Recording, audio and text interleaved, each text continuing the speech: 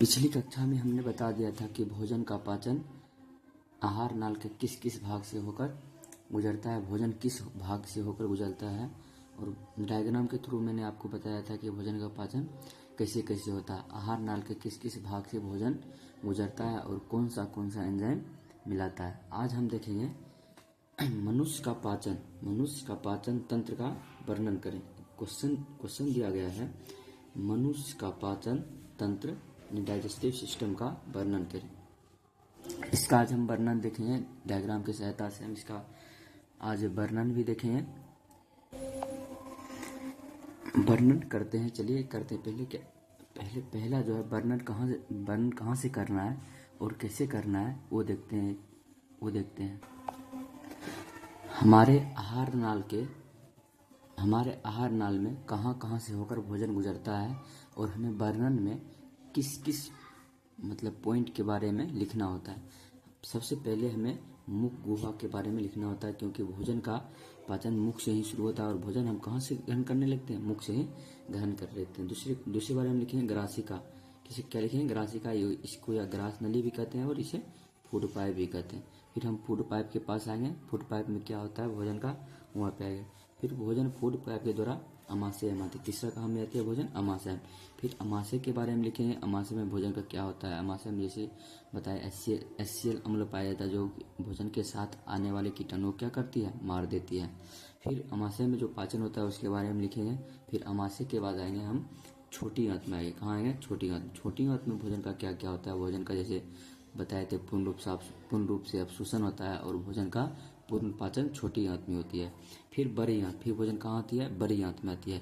फिर बड़ी आंत में भोजन का क्या होता है? बड़ी आंत में भोजन का क्या होता है? भोजन में जो पानी रहता है उसका क्या होता है? अपशोषण होता है, पानी सोखता है। फिर छठा उसमें बड़ी आंत के ही भाग में क्या रहता है? मलाशय, जहाँ मलमूत्र क्या होता है? जमा रहते हैं। फिर मलाशय के बारे में देखेंगे और मलाशय से क्या होता है? गुदा या मलद्वार के द्वारा क्या होता है? बॉडी के थ्रू बाहर निकल जाता है। मेन रूप से हम इसी का वर्णन करेंगे, जो कि मानव में पाचन तंत्र का वर्णन पूरी तरीके से हो जाएगा। चलिए फिर वर्णन को देखते हैं।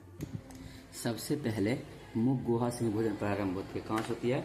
मुख गुहा से ही भोजन का प्रारंभ होता है। सबसे पहले हम पहला वर्णन करेंगे, मुख गुहा को वर्णन करेंगे। चलिए सबसे पहले मुख गुहा को देखते हैं। यह जो है मुख गुहा या आहार नाल का क्या है? सबसे पहला भाग है। इसलिए हमने पहली लाइन यह लिखा कि यह आहार नाल का क्या है? सबसे पहला भाग है। क्या है? सबसे पहला भाग है। इसमें दांत तथा जीभ होते हैं। मुख गुहा में क्या होते हैं? दांत तथा जीभ होते हैं, जिसकी सहायता से भोजन को महीन कणों में पीसा जाता है। और मुख गुहा में 3 जोड़ी लाल ग्रंथियां पाई जाती है। क्या क्या इसमें हम लिखेंगे? यहाँ आहार नाल का सबसे पहला भाग होता है। इसमें दांत तथा जीभ उपस्थित होते हैं और जिनकी सहायता से हम भोजन को महीन कणों में पीसते हैं। और मुख गुहा में 3 जोड़ी लाल ग्रंथियां पाई जाती हैं। यहाँ से एक ऑब्जेक्टिव ये भी बन सकता है कि आपसे पूछे कोई मुख गुहा में कितनी जोड़ी लाल ग्रंथियां पाई जाती है, तो आप बोलिएगा 3 जोड़ी लाल ग्रंथियां पाई जाती है। वो 3 जोड़ी का लाल ग्रंथियां जो है उसके नाम भी हमें याद रखना होता है। पहली जो लाल ग्रंथि है वो है पेरोटिड ग्रंथि। क्या है? पेरोटिड ग्रंथि। दूसरा है सबमैंडिबुलर ग्रंथि और तीसरा है सबलिंगुअल ग्रंथि। क्या है? ये लाल ग्रंथि 3 पाई जाती है हमारे मुख गुहा में। 3 जोड़ी पाया जाता है। कितना पाया जाता है? 3 जोड़ी लाल ग्रंथि पाया जाता है, यानी 6 लाल ग्रंथि हमारे मुख गुहा में पाया जाता है। अगर आपसे पूछे हमारे मुख में कितना लाल ग्रंथि पाया जाता है, तो आपको बोलना है 6 पाया जाता है। अगर आपसे पूछे कितनी जोड़ी पाया जाता है, तो आपको बोलना है 3 जोड़ी पाया जाता है, क्योंकि एक जोड़ी में 2 होता है तो 3 जोड़ी में 6 हो जाएगा। मुख गुहा का हम वर्णन कर दिए। अब दूसरा क्या आएगा? दूसरा आएगा ग्रास नली के बारे में हमें वर्णन करें। ग्रास नली कहें या फूड पाइप कहें। फूड पाइप, जब फूड पाइप में भोजन आती है तो क्या क्या होता है उसके बारे में हम अध्ययन करेंगे। फूड पाइप कह रहा है। दूसरा क्या है? ग्रास नली। क्या है? ग्रास नली में भोजन क्या होता है? ग्रास नली में भोजन आने के बाद क्या होता है देखना है। मुख गुहा आगे चलकर फूड पाइप में खुलता है। मुख गुहा कहाँ चलता है? मुख गुहा जो है आगे चल किस में खुलता है? मुख गुहा आगे चलकर फूड पाइप में खुलता है। मुख गुहा आगे चल कहाँ खुलता है? फूड पाइप में खुलता है। यहाँ पे आप देख सकते हैं, जैसे मुख गुहा हुआ, क्या हुआ, मुख गुहा आगे चल कर किस में खुलता है, देखिए फूड पाइप में खुलता है। कहाँ खुलता है, यहाँ के बाद क्या होगा, फूड पाइप। इसलिए यहाँ लिखा हुआ हूँ कि मुख गुहा आगे चलकर फूड पाइप में खुलता है, फूड पाइप में खुलता है। यह बेलनाकार होती है, यह कैसी होती है, बेलनाकार होती है। अभी आपको हमने चित्र में बताया था वो कैसी होती है, बेलनाकार होती है। यहाँ पे आप देख सकते हैं यह कैसी होती है, बेलनाकार होती है। देखिए बेलनाकार का है ना, इसीलिए इसको क्या कहते हैं, बेलनाकार कहते हैं। क्या कहते हैं, बेलनाकार कहते हैं। इसलिए हमने यहाँ लिखा है यह बेलनाकार होती है। क्या होती है, बेलनाकार होती है। जब लार मिश्रित भोजन, जब हम मुंह में भोजन ग्रहण करते हैं तो उसमें लार आती है, उसमें भोजन में क्या होती है, लार मिश्रित हो जाती है, मिल जाती है। वही कह रहा है, जब लार मिश्रित भोजन इसमें प्रवेश करता है, किसमें प्रवेश करता है, फूड पाइप में प्रवेश करता है, तो इसमें प्रसार और संकुचन होता है। क्या होता है, प्रसार और संकुचन होता है, जिससे भोजन आसानी से नीचे की ओर आती है। उसमें प्रसार होता है और भोजन क्या होती है, नीचे की ओर आती है। फूड पाइप में हमें इतना ही लिखना रहता है। फूड पाइप में कोई विशेष काम होता नहीं है पाचन से संबंधित। क्या होता है, सिर्फ भोजन जो है, जो हमारे लार मिश्रित जो भोजन है, सिर्फ वो क्या करता है, भोजन को नीचे लाने में मदद करता है, बस। अब आगे बढ़ते हैं तो 3 नंबर में आती है अमाशय। क्या आती है, अमाशय। ग्रास नली यानी फूड पाइप के बाद किसका वर्णन करना होगा हमें, अमाशय। क्योंकि भोजन जब होती है फूड पाइप के बाद कहाँ आती है, अमाशय में आती है। कहाँ आती है, अमाशय में आती है। इसलिए हमको किसका वर्णन करना होगा, अमाशय। 3 नंबर में किसका वर्णन करेंगे, अमाशय करेंगे। इसको आप नोट डाउन भी करते चलिएगा, जैसे हमने लिखा है उसी तरह आपको कॉपी में लिखना है, और इसे याद करके आपको एग्जाम में भी लिखना होगा अगर ये क्वेश्चन पूछे तो। पहला लाइन हम सबसे पहले क्या लिखे हैं कि ग्रास नली से, किससे, ग्रास नली, क्योंकि ग्रास नली में भोजन आ चुका था। ग्रास नली से भोजन फिर अमाशय में अमाशय में क्या होता है, आता है। कहाँ आता है, अमाशय में आता है, अमाशय में आता है। अमाशय एक थैलीनुमा रचना है। कैसी रचना है, अमाशय एक थैलीनुमा रचना है, जो उदर गुहा के बाईं ओर स्थित रहता है। किधर स्थित रहता है, उदर गुहा के बाईं ओर स्थित रहता है। आप चित्र में भी देख सकते हैं। ये जो अमाशय है ये कहाँ है, उदर गुहा की बाईं ओर स्थित है। कहाँ है, बाईं ओर स्थित है, बाईं ओर स्थित रहता, यही लिखे रहता है।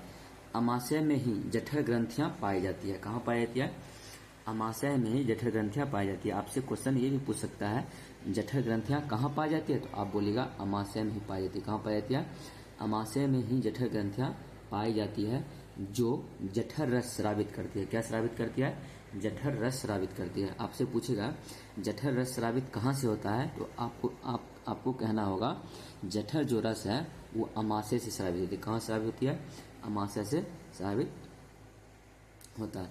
जठर रस में क्या क्या रहता है, जठर रस में बहुत चीज रहता है। जठर रस देखिए, जठर रस में HCl अम्ल रहता है। क्या रहता है, HCl अम्ल रहता है, पेप्सिनोजेन रहता है। पेप्सिनोजेन एक प्रकार का एंजाइम है, इसलिए लिखे पेप्सिनोजेन एंजाइम रहता है, और म्यूकस रहता है। क्या क्या रहता है, जठर रस जैसे बोलेंगे आपको सोचना है, जठर रस में बहुत सारा एंजाइम मिला रहता है। जैसे क्या होगा, HCl अम्ल भी जठर रस में चलाता है, और पेप्सिनोजेन भी चलाता है, एंजाइम चलाता है, एवं म्यूकस भी चलाता है। क्या चलाता है, म्यूकस भी पाया जाता है। किसमें, जठर रस में पाया जाता है। HCl अम्ल भोजन के साथ, HCl अम्ल क्या कहता है, HCl जो अम्ल है भोजन के साथ आने वाले जीवाणु क्या करता है, जीवाणुओं को नष्ट कर देता है। क्योंकि उसका माध्यम क्या रहता है, एसिडिक रहता है, अम्लीय रहता है। तो भोजन के साथ जो कीटाणु या जीवाणु आते हैं उसको क्या करते हैं, नष्ट करते हैं, मार देते हैं। एवं पेप्सिन जो है, पेप्सिन एक प्रकार के एंजाइम है जो प्रोटीन का आंशिक पाचन करता है, उसे पेप्टोन में बदल देता है। जो पेप्सिन जो एक अमाशय में एंजाइम पाया जाता है वो क्या करता है, प्रोटीन का पाचन करता है। इसको याद रखना है कि प्रोटीन का पाचन कौन एंजाइम करता है, आपको बोलना है पेप्सिन एंजाइम करता है। कहाँ से पाचन, आंशिक पाचन शुरू हो जाता है, तो आपको बोलना है अमाशय से ही क्या हो जाता है, पेप्सिन एंजाइम के द्वारा प्रोटीन का पाचन आंशिक रूप से शुरू हो जाता है, और प्रोटीन को पचाकर पेप्टोन में बदल देता है। किसमें बदल देता है, पेप्टोन में बदल देता है। और म्यूकस, अमाशय में ही क्या रहता है, म्यूकस रहता है। क्या रहता है, म्यूकस जो है अमाशय की भीतरी स्तर बनाता है। क्या बनाता है, अमाशय जो भीतरी दीवार रहता है उसको क्या कौन बनाता है, म्यूकस ही बनाता है। जो कि क्या, म्यूकस क्या करता है, म्यूकस जो है, जो म्यूकस जो दीवार बनाती है, जो अम्ल की अम्ल की अभिक्रिया से क्या करती है, बचाती है। क्या करती है, बचाती है। अम्ल की अभिक्रिया से बचाता है। कौन बचाता है, म्यूकोस ही बचाता है। कौन बचाता है, म्यूकोस ही बचाता है। किससे, अम्ल की अभिक्रिया से बचाता है। यहाँ लिखा हुआ अम्ल की अभिक्रिया से बचाता है। कौन बचाता है, तो यहाँ लिखा है जो अम्ल की म्यूकोस बचाता है। कौन बचाता है, म्यूकोस बचाता है जो अम्ल की अभिक्रिया से बचाता है। अब हम यकृत के बारे में जानेंगे। यकृत में जब भोजन आती है तो यकृत अपना कौन सा एंजाइम छोड़ता है, क्या क्या करता है, यकृत के बारे में हम अच्छी तरीके से जानेंगे। यकृत, यकृत को हम क्या कहते हैं, लीवर कहते हैं। क्या कहते हैं, लीवर कहते हैं। यह शरीर की सबसे बड़ी ग्रंथि है। क्या है, यह मानव जो शरीर है इसमें मानव शरीर की सबसे बड़ी ग्रंथि आपसे पूछे तो यकृत ही। क्या है, यकृत। ये एग्जाम में 2-3 बार पूछा जा चुका है और बहुत सारे कॉम्पिटिटिव एग्जाम में भी ये क्वेश्चन बहुत मायने रखता है, इम्पोर्टेंट रहता है। यह मानव शरीर की क्या है, सबसे बड़ी ग्रंथि है। क्या है, उसके बाद कह रहा है यह जो है यह उदर गुहा के दाईं ओर स्थित है। कहाँ स्थित है, दाईं ओर। यह उदर गुहा के दाईं ओर स्थित होता है। आप चित्र में भी देख सकते हैं यह उदर गुहा के किस ओर स्थित है, यहाँ देखिए दाईं ओर स्थित है। कहाँ है, उदर गुहा के, जैसे पेट हुआ, पेट के किधर है, दाईं ओर स्थित है। कौन, यकृत, जिसको हम क्या कहते हैं, लीवर कहते हैं। क्या कहते हैं, लीवर कहते हैं। या उदर गुहा के किधर, या उदर गुहा के किस ओर स्थित है, दाईं ओर स्थित है। ये आपसे क्वेश्चन पूछा जाएगा कि यकृत यानी जो लीवर है या उदर गुहा के किस ओर स्थित है। आपको बोलना है किधर स्थित है, दाईं ओर स्थित है। किधर स्थित है, दाईं ओर स्थित है।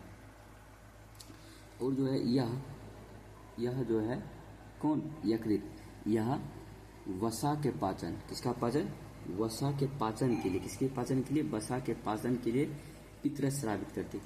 किसकी स्रावित करती है, पित्तरस स्रावित करती है। जो कहाँ से निकलता है, यकृत के पित्ताशय से निकलता है। कहाँ से निकलता है, यकृत के पित्ताशय से निकलता है। आप ये चित्र में सही ढंग से देख सकते हैं। यह जो है यकृत के पित्ताशय, ये क्या है, पित्ताशय थैली है। क्या है, थैली है। इससे क्या निकलता है, पित्तरस निकलता है। किसमें, छोटी आंत में जो यकृत है अपना रस छोड़ता है, और अग्नाशय भी जो है छोटी आंत में ही अपना क्या छोड़ता है, अपना एंजाइम छोड़ता है। इसलिए यहाँ पे लिखे हैं कि यकृत जो है, यकृत या वसा, लिखे हैं या वसा के पाचन के लिए, किसके पाचन के लिए, वसा के पाचन के लिए पित्तरस स्रावित करती है। क्या स्रावित करती है, पित्तरस स्रावित करती है। बस हमको इतना ही लिखना है यकृत के लिए। ये ध्यान रखना है जो यकृत जो है ना हमारे शरीर की सबसे बड़ी ग्रंथि है। क्या है, सबसे बड़ी ग्रंथि है। अब आते हैं अग्नाशय। उसके बाद जो है क्या है, अग्नाशय। इनको क्या कहते हैं, पेनक्रियाज कहते हैं। क्या कहते हैं, पेनक्रियाज। इसको आप जो हम बता रहे हैं इसको आप कॉपी में नोट डाउन भी करना है, जिसे आप याद करके एग्जाम में अगर पूछे तो इसको लिखना है। क्या करा है, अमाशय के बारे में क्या लिखेंगे, अमाशय जो है क्या है, अमाशय या अमाशय के ठीक नीचे, अग्नाशय जो है अमाशय के ठीक नीचे एक पीले रंग की, किस रंग की, एक पीले रंग, किसके ठीक नीचे है, अमाशय के ठीक नीचे, किसके नीचे, अमाशय के ठीक नीचे एक पीले रंग की, किस रंग की, एक पीले रंग की एक ग्रंथि होती है जिसे अग्नाशय कहते हैं। क्या कहते हैं, अग्नाशय कहते हैं। कहाँ होती है, अमाशय के ठीक नीचे। आपको मैं चित्र में दिखाता हूँ, अमाशय के ठीक नीचे रहता है। कहाँ रहती है, अमाशय के ठीक नीचे। देखिए क्या है, ये अमाशय है ना, अमाशय क्या है, ठीक नीचे ही क्या है, अग्नाशय है। इसीलिए लिखे या अमाशय के ठीक नीचे एक पीले रंग की क्या रहती है, ग्रंथि रहती है। क्या रहती है, ग्रंथि रहती है। पीले रंग क्या रहती है, ग्रंथि रहती है। अब अग्नाशय क्या क्या करता है भोजन के साथ, देखिए अग्नाशय जो है, अग्नाशय यह अपना स्राव, जो अग्नाशय के पास अपना एंजाइम रहता है वह क्या करता है, यह अपना स्राव छोटी आंत में मुक्त करता है। किसमें मुक्त करता है, छोटी आंत में। यकृत भी जो है वो भी अपना स्राव कहाँ में मुक्त करता है, छोटी आंत में ही मुक्त करता है। ये आपको ध्यान रखना पड़ेगा। यकृत और अग्नाशय दोनों अपना एंजाइम जो है छोटी आंत में ही क्या करता है, मुक्त करता है। इसलिए यहाँ लिखे हैं यह अपना स्राव छोटी आंत में मुक्त करता है। इसके द्वारा स्रावित रस को, जो किसके द्वारा स्रावित रस को, अग्नाशय के द्वारा जो स्रावित रस जो करता है, यानी स्रावित जो एंजाइम करता है उसे अग्नाशयिक रस कहते हैं। क्या कहते हैं, अग्नाशयिक रस कहते हैं। आपसे क्वेश्चन पूछेगा अग्नाशयिक रस किसके द्वारा स्रावित किया जाता है, तो आपको बोलना है अग्नाशय रस, अग्नाशयिक रस अग्नाशय के द्वारा स्रावित किया जाता है। अब आते हैं छोटी आंत, किस पे आते हैं, छोटी आंत। अब भोजन कहाँ आएगी, अग्नाशय के बाद छोटी आंत में प्रवेश करेगी। किसमें प्रवेश करेगी, छोटी आंत में प्रवेश करेगी। वही आप किसके बारे में देखेंगे, छोटी आंत के बारे में देखेंगे, छोटी आंत क्या कह रही है। छोटी आंत में भोजन खाने के बाद कैसे कैसे होता है, मतलब छोटी आंत में क्या होता है, भोजन का पाचन होता है या शोषण ऐसा है, उसके बारे में देखें। क्या कह रहा है, छोटी आंत जो है भोजन के पाचन से संबंधित बहुत ही महत्वपूर्ण ये भाग होती है। कौन, छोटी आंत। कह रहा है यह आहार नाल का सबसे लंबा भाग है। यह क्या है, आहार नाल का जो है, जो अब चित्र बनाए थे अभी आपको दिखाए, उसमें से सबसे लंबा भाग कौन है, छोटी आंत है, जो आपके हाइट के 3 गुना रहता है। क्या रहता है, 3 गुना रहता है। और उसके बाद लिखेंगे मनुष्य में इसकी लंबाई कितना है, 6 से 7 सेंटीमीटर होता है। कितना होता है, 6 से 7 सेंटीमीटर होता है। ये याद रखना है, मनुष्य में छोटी आंत की लंबाई कितनी होती है, 6 से 7 मीटर होती है। सॉरी, सेंटीमीटर हम बोल दिए होंगे, क्या होती है, मीटर होती है। क्या होती है, मीटर सेंटीमीटर में बहुत फर्क होता है। और चौड़ाई 2.5 मीटर होता है। ये मीटर नहीं होगा, सेंटीमीटर नहीं, मीटर होगा। क्या होगा, इसी चौड़ाई की कितनी होती है, 2.5 मीटर होता है। कितना होता है, मीटर होता है। आहार नाल के इसी भाग में, कौन भाग में, मतलब छोटी आंत में ही आहार नाल के इसी भाग में भोजन का क्या होता है, पूर्ण पाचन होता है। आपसे क्वेश्चन पूछा जाएगा भोजन का पूर्ण पाचन, क्या संपूर्ण रूप से पाचन, अच्छे से पाचन कहाँ होता है। आपको अग्नाशय, अमाशय ये सब नहीं बोलना है, आपको क्या बोलना है, छोटी आंत बोलना है। क्या बोलना है, छोटी आंत बोलना है। कहाँ पाचन होता है, छोटी आंत में ही होता है। इसलिए यहाँ लिखे ये भोजन का क्या होता है, पूर्ण पाचन जो है, पूर्ण पाचन कहाँ होता है, छोटी आंत में होता है। और पूर्ण अवशोषण भी, और जो भोजन का जो विटामिन जो है, कार्बोहाइड्रेट, वसा, प्रोटीन जो है, यहीं पर क्या होता है, छोटी आंत में ही अवशोषण भी हो जाता है और हमारे रक्त में मिलता है, जिससे हमें ऊर्जा प्राप्त होती है। मेन काम अवशोषण हुआ। भोजन का अवशोषण कहाँ होता है, पूर्ण अवशोषण। आपको बोलना है छोटी आंत में ही क्या होता है, भोजन का पूर्ण अवशोषण इसी भाग में होता है। क्या होता है, इसी भाग में होता है। अब छोटी आंत है, इससे 3 भाग होते हैं। कितने भाग होते हैं, 3 भाग होते हैं। और छोटी आंत के बारे में ये भी ध्यान रखना है, छोटी आंत आहार नाल के सबसे लंबी भाग होती है। क्या होती है, सबसे लंबी भाग होती है। छोटी आंत, इसके 3 भाग होते हैं। कितने भाग होते हैं, 3 भाग होते हैं। पहली जो भाग होती है ग्रहणी कहते हैं। क्या कहते हैं, ग्रहणी। क्या कहते हैं, ग्रहणी। इसको इंग्लिश में कहते हैं डियोडिनम कहते हैं। क्या कहते हैं, डियोडिनम कहते हैं। और दूसरा जो भाग होता है जेजुनम। क्या होता है, जेजुनम। इंग्लिश में इसको जेजुनम ही कहते हैं। और तीसरा जो भाग होता है वो होता है इलियम। इसको इंग्लिश में क्या कहते हैं, इलियम ही कहते हैं। क्या कहते हैं, इलियम कहते हैं। संजीव, तुम इसको अच्छे से नोट डाउन कर लेना, क्योंकि तुम बहुत पूछता था भैया इसको लिखा दीजिए। तो ध्यान रखना कि छोटी आंत के कितने भाग होते हैं, 3 भाग होते हैं। हम तुम्हारा कॉपी भी चेक करेंगे, तीनों भाग, सत्यम, अंकित और गुलशन, पप्पू, सब ये क्या करना है, नोट डाउन करना था। छोटी आंत के 3 भाग होते हैं। कौन कौन होते हैं, ग्रहणी होता है, इसको डियोडिनम कहते हैं। दूसरा होता है जेजुनम, और इसको इंग्लिश में जेजुनम ही कहते हैं। तीसरा होता है इलियम। क्या क्या बोले, फिर से बोलो, ग्रहणी, जेजुनम और इलियम। ये छोटी आंत के 3 प्रमुख भाग होते हैं। मैं आपको इसे चित्र में दिखाता हूँ कौन कौन सा भाग होता है। देखिए, छोटी आंत कौन सा है, छोटी आंत हम इसी को कहते हैं जहाँ कहाँ शुरू होता है छोटी आंत। देखिए, जो ये अमाशय के हिया जो होता है, क्या होता है, छोटी आंत शुरू हो जाता है। जो पाइपलाइन जो है, देखिए पाइप आकार क्या है, छोटी आंत है। क्या है, छोटी आंत। इसीलिए कहते हैं जो आहार नल का सबसे लंबी भाग क्या होता है, छोटी आंत ही होता है। क्या होता है, छोटी आंत। तो हम क्या बताए, छोटी आंत के कितने भाग होते हैं, 3 भाग होते हैं। कितने भाग होते हैं, 3 भाग होते हैं। कौन कौन भाग होते हैं, जिसको जो सी का उल्टा सी है उसको क्या कहते हैं, ग्रहणी कहते हैं। क्या कहते हैं, ग्रहणी। डियोडिनम कहते हैं इसको, मतलब चित्र बनाकर इसको नोट डाउन कर लेना, जहाँ जहाँ मतलब ग्रहणी, डियोडिनम कहते हैं। और जब इसका नामांकित चित्र आपको बनाने का है, ये सब नए भी लिखिएगा तो कोई दिक्कत नहीं है। कौन नहीं लिखना है, ग्रहणी नहीं भी लिखिएगा, जो ग्रहणी छोटी आंत जो 3 भाग होते हैं इसको नहीं भी लिखिएगा, कोई दिक्कत वाली बात नहीं है। जब इसका वर्णन करने का है तब इसको वर्णन कर देना है कि छोटी आंत के 3 भाग होती है। कौन कौन भाग होती है? ग्रहणी भाग होती है, और दूसरा जो है जेजुनम। क्या है? जेजुनम। जो खराब वाला जो देख रहे हैं हिया क्या है? जेजुनम भाग है। क्या है? हिया जो ऐसे रहता है उसको क्या कहते हैं? जेजुनम कहते हैं। क्या कहते हैं? जेजुनम। हिया तक जेजुनम रहता है, और जो अंदर में जो ऐसे रहता है, ऐसे मतलब रिंग आकार का रहता है, उसको क्या कहते हैं? ऐसे जो रहता है ऐसे उसको क्या कहते हैं? इलियम कहते हैं। क्या कहते हैं? इलियम कहते हैं। क्या कहते हैं? इलियम। आपको याद हो जाना चाहिए कि छोटी आंत के 3 भाग होती है, ग्रहणी, ड्यूडिनम कहते हैं, और जेजुनम कहते हैं, और इलियम कहते हैं। क्या कहते हैं? इलियम। जो छोटी आंत की सबसे अंतिम भाग होती है उसे क्या कहते हैं? इलियम। और छोटी आंत के सबसे ऊपरी भाग जो होते हैं उसे क्या कहते हैं? ड्यूडिनम, यानी ग्रहणी कहते हैं। क्या कहते हैं? ग्रहणी। अब जो है छोटी आंत से भोजन कहाँ जाएगी? छोटी आंत से भोजन अब बड़ी आंत की ओर बढ़ेगी। देखिए बड़ी आंत के बारे में हम क्या क्या क्या पढ़ना होता है? बड़ी आंत के बारे में पढ़ेंगे। यह जो है यह आहार नाल का अंतिम भाग होता है। क्या होता है? बड़ी जो आंत है क्या है? आहार नाल का क्या है? अंतिम भाग होता है। कौन सा भाग होता है? अंतिम भाग होता है।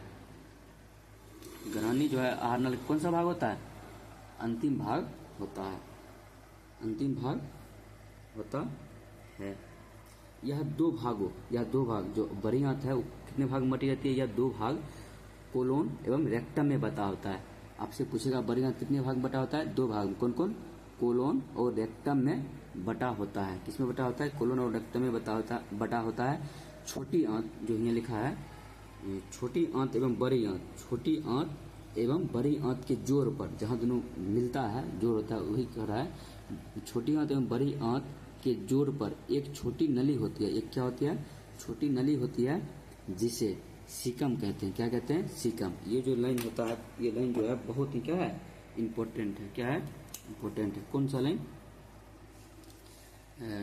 छोटी आंत और बड़ी आंत के बीच में एक जोड़ जो रहता है, एक छोटी नली होती है, जिसे हम क्या कहते हैं?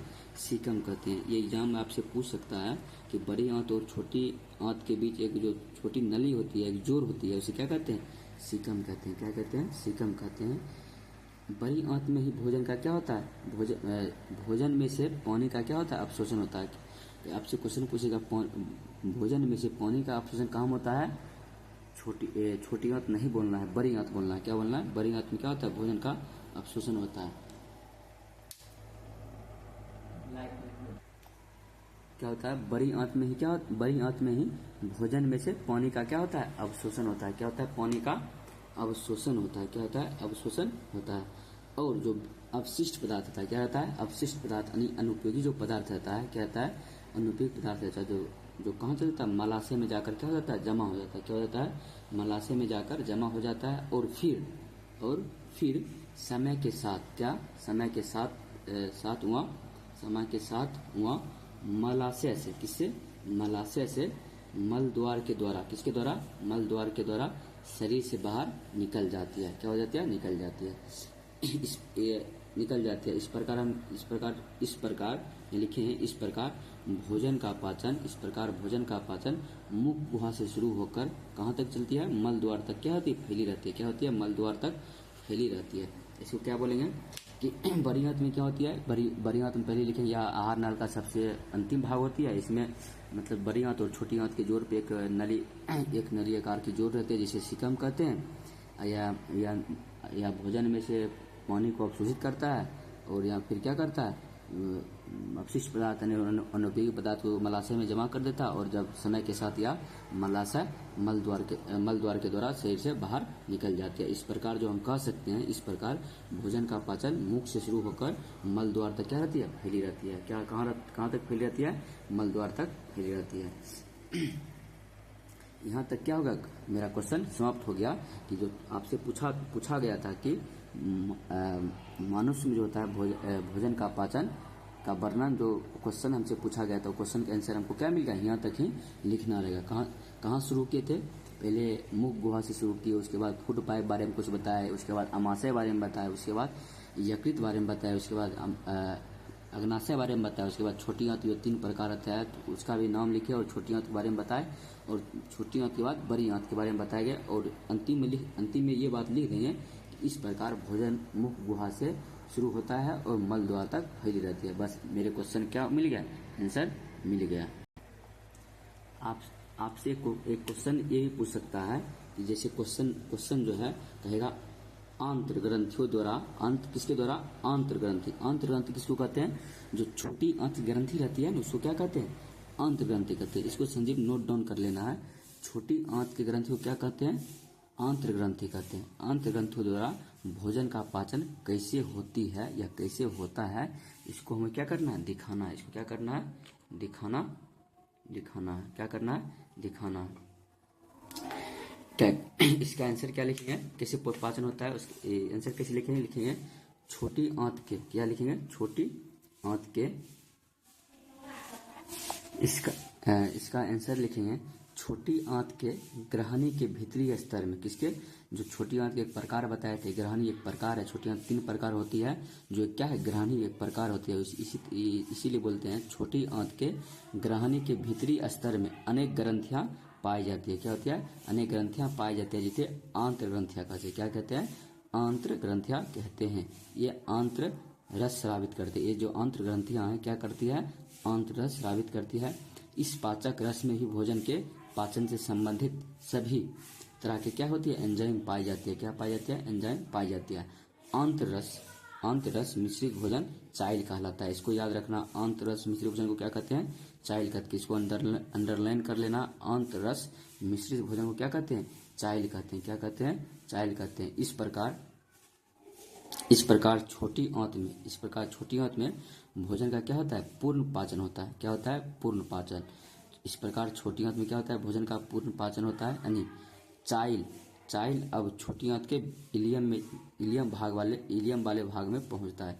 जो चाइल होती है, चाइल किसको कहते हैं, जब ग्रहणी में जो भोजन ग्रहणी जब अपना भोजन एंजाइम मिलाता है, आंत्र रस मिश्रित भोजन को क्या कहते हैं, चाइल कहते हैं। अब जो चाइल भोजन जब क्या पहुंचता है, छोटी आंत के इलियम वाले भाग में पहुंचता है, तो इलियम के भीतरी स्तर में अनेक अंगुलीनुमा संरचना होती है। क्या होती है, अंगुलीनुमा क्या होती है, संरचना होती है, जिसे भिलाई कहते हैं। क्या कहते हैं, भिलाई कहते हैं। किसमें होती है, इलियम। छोटी आंत के जो भाग बताए थे, इलियम सबसे अंतिम भाग बताए थे, इलियम के भीतरी स्तर में क्या होता है, उसके जो भीतरी स्तर में अनेक प्रकार क्या होती है, अंगुलीनुमा संरचना होती है। क्या होती है, अंगुलीनुमा संरचना होती है, जिसे भिलाई कहते हैं। क्या कहते हैं, भिलाई कहते हैं। या इसे हिंदी में क्या कहते हैं, रसांगुल कहते हैं या दीर्घ रोम कहते हैं। क्या कहते हैं, दीर्घ रोम कहते हैं या रसांगुल कहते हैं। ये कहते हैं, ये पचित भोजन को अवशोषित कर रक्त में परिसंचरण कर देता है। क्या करता है, जो भिलाई रहता है वो पचित जो भोजन से विटामिन जो मतलब अवशोषित किया है, उसको क्या करता है, रक्त में परिसंचरण क्या करता है, रक्त परिसंचरण में डाल देते हैं। क्या होते हैं, डाल देते हैं। यहाँ तक क्या होगा, मेरा क्वेश्चन खत्म हो गया कि आंत्र ग्रंथि में मतलब भोजन का पाचन कैसे होता है। क्या होता है, भोजन का पाचन कैसे होता है, इसका भी हमें जवाब क्या हुआ, मिल गया। क्या हुआ, जवाब मिल गया।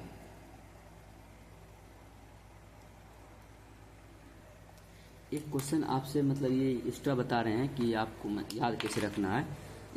जैसे क्वेश्चन जो है, आपसे क्वेश्चन ऐसे पूछेगा, कहेगा कि एक मंड यानी कार्बोहाइड्रेट पाचक एंजाइम का नाम लिखे, तथा एक प्रोटीन पाचक एंजाइम का क्या लिखे, नाम लिखे, तथा एक बसा पाचक, इसका पाचक बसा पाचक का नाम लिखे, एवं एक चीनी पाचक एंजाइम का नाम लिखे। ये सब जो पाचक कौन सा एंजाइम मतलब किसको पचाता है, इसका नाम लिखना है। जैसे बताए थे, मंड को ही क्या कहते हैं, कार्बोहाइड्रेट कहते हैं। क्या कहते हैं, कार्बोहाइड्रेट कहते हैं। यानी कार्बोहाइड्रेट कौन पचाता है, इसका पाचक रस का हमें क्या करना है, नाम लिखना है। क्या करना है, नाम लिखा है। मतलब मंड यानी कार्बोहाइड्रेट के पाचन कौन करता है, यही कह रहा है। एक मंड कार्बोहाइड्रेट पाचक, एक प्रोटीन पाचक, एक बसा किसका बसा पाचक एवं एक चीनी पाचक एंजाइम का क्या लिखे, नाम लिखे। चलिए इसका नाम कैसे होगा। पहला जो है मंड जो है, मंड पाचक एंजाइम का क्या नाम है, मंड पाचक एंजाइम का नाम देंगे मंड पाचक एंजाइम जो है इसको क्या कहेंगे, एमाइलेज। इसको याद कर लेना। हम पूछेंगे मंड मंड यानी कार्बोहाइड्रेट का पाचन कौन करता है, तो आप बोलेगा एमाइलेज एक ऐसा एंजाइम होता है जो मंड यानी कार्बोहाइड्रेट का पाचन करता है। हम फिर पूछेंगे जो प्रोटीन को पचाता है एंजाइम, उस एंजाइम को क्या कहते हैं, तो आपको बोलना है पेप्सिन कहते हैं। क्या कहते हैं, पेप्सिन कहते हैं या ट्रिप्सिन कहते हैं। क्या कहते हैं, पेप्सिन कहते हैं या ट्रिप्सिन कहते हैं। हम फिर आपसे पूछेंगे बसा पाचक एंजाइम का नाम बताओ। किसका बताओ, बसा पाचक एंजाइम का नाम बताओ। जब पूछेंगे बसा पाचक एंजाइम का नाम बताने के लिए, तो आपको बोलना है लाइपेज। क्या बोलना है, लाइपेज, जो पित्रस से निकलती है। कहाँ से निकलती है, पित्रस। आपको इसे बताए हैं बसा पाचक जो एंजाइम है, क्या है, बसा पाचक जो एंजाइम है वो कहाँ से निकलता है, पित्रस से निकलता है। कहाँ से निकलता है, पित्रस से निकलता है। इसका नाम क्या, बसा पाचक एंजाइम का एमाइलेज है, सॉरी लाइपेज है। क्या है, लाइपेज। इसको संजीव नोट डाउन करके याद कर लेना है कि मंड है इसका पाचक एंजाइम एमाइलेज है, प्रोटीन का पाचन एंजाइम पेप्सिन या ट्रिप्सिन है, बसा का पाचक एंजाइम क्या है, लाइपेज है, और चीनी का पाचक एंजाइम क्या है, इन्वर्टेज है। क्या है, इन्वर्टेज है। एक अगला क्वेश्चन जो है, सबसे अंतिम क्वेश्चन, मतलब ये अध्याय खत्म हो जाएगा। अगला क्वेश्चन कह रहा है निम्नलिखित का अंतिम उत्पाद लिखे। क्या लिखे, जैसे जब कार्बोहाइड्रेट पच जाता है तो वहाँ किस में बदल जाता है, अंतिम उत्पाद लिखना है। क्या लिखना है, अंतिम उत्पाद। कार्बोहाइड्रेट पचकर किस में बदल जाता है, इसका अंतिम उत्पाद हो जाएगा कार्बोहाइड्रेट। जब पड़ता है काम किस में बदलता है, शर्करा में बदलता है। किस में बदलता है, शर्करा में बदलता है। किस में बदलता है, शर्करा। यानी इसी को क्या कहते हैं, इसी को ग्लूकोज भी कहते हैं। क्या कहते हैं, ग्लूकोज भी कहते हैं। क्या कहते हैं, ग्लूकोज कहते हैं। क्या कहते हैं, ग्लूकोज भी कहते हैं। प्रोटीन पचकर किस में बदल जाता है, प्रोटीन जो है वो पचकर किस में बदल जाता है, अमीनो एसिड। किस में बदलता है, अमीनो अम्ल में बदलता है। किस में बदलता है, अमीनो अम्ल में क्या होता है, बदल जाता है। प्रोटीन पच से किस में बदल जाता है, अमीनो अम्ल। और बसा जो है ये बसा अम्ल में बदल जाता है। बसा पचकर क्या बसा का अंतिम उत्पाद क्या हो जाएगा, बसा अम्ल हो जाएगा। मतलब बसा जो पचकर वो किस में बदल जाएगा, बसा अम्ल में। और चीनी पचकर किस में बदल जाएगा, चीनी जो है वो पचकर किस में बदल जाएगा, ये बदल जाएगा ग्लूकोज में। किस में बदल जाएगा, ग्लूकोज में बदल जाएगा। ठीक है, बस यहाँ तक कि क्या है, आपको इस अध्याय में याद रखना है कि कार्बोहाइड्रेट जो है उस उत्पाद पचकर शर्करा में बदल जाता है, और प्रोटीन जो है उसका अंतिम उत्पाद अमीनो अम्ल हो जाता है। अंतिम प्रोटीन किस में बदल जाता है, अमीनो अम्ल बदल जाता है। और बसा जो है बसा अम्ल बदल जाता है, और चीनी जो है ग्लूकोज में बदल जाता है। इसे आप अच्छी तरीके से नोट डाउन कर लीजिएगा। हम क्लास में आप लोगों का कॉपी चेक करेंगे। ठीक है, thank you for watching this video.